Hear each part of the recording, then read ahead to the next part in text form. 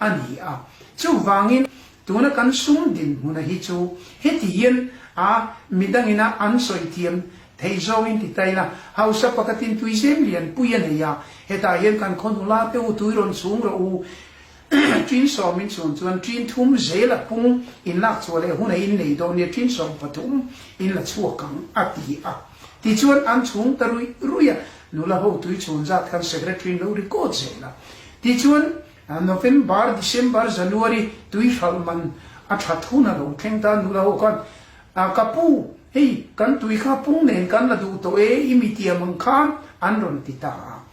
ma se la khati chung zong khan a tui nei tu pa khan ama tui supply ka chu ni tin tin nga kha pai pa lo lut ve chu an ya enti na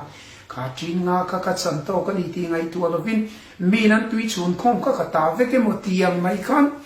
motor sil nan in suk nan in bual nan ani lo le an cham ho na pe ka adu to kan lo bang ta hiu maya